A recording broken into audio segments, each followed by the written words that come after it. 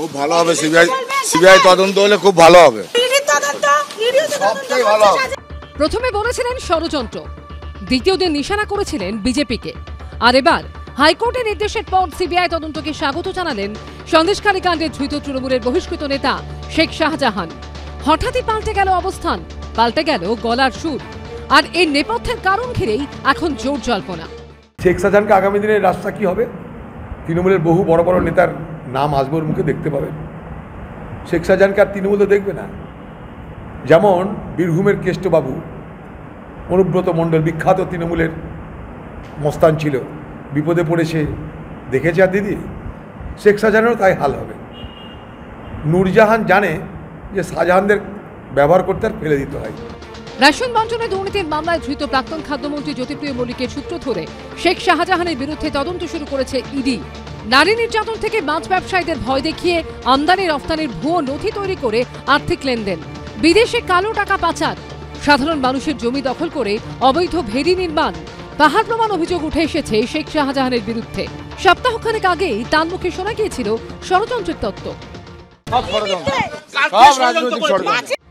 অথচ বুধবার সন্দেশখালীর সব মামলাতে কলকাতা হাইকোর্ট সিবিআই তদন্তের নির্দেশ দেওয়ার পর এবার একেবারে উল্টো কথা শোনা গেল শেখ শাহজাহানের মুখে।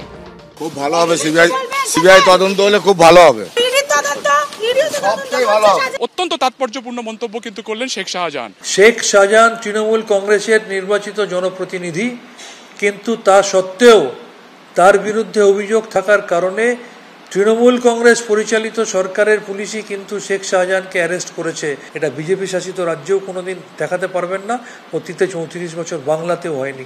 এটা তৃণমূলের সরকারের আমলেই একমাত্র হয়।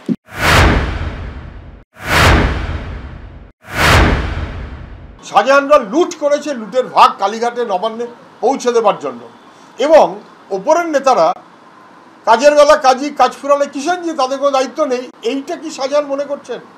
এটা কি কোনো হতাশার প্রতিফলন, নাকি প্রকারান্তরে আসলে সিবিআইকে পাশে আছি গোছের বার্তা দিয়ে দিল্লির আদায় ভরসা জোগাড় করার চেষ্টা? উনি সিবিআইকে এই একটা বার্তা দিয়ে কি বোঝাতে চাইছেন যে সিবিআই ওনার কথায় ভরসা করে তদন্তটা ঠিকঠাক করবে না।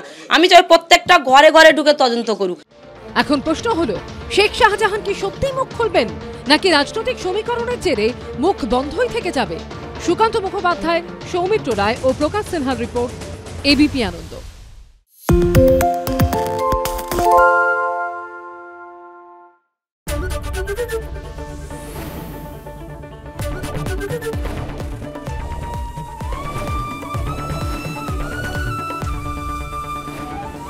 এবিপি আনন্দ, এগিয়ে থাকে, এগিয়ে রাখে।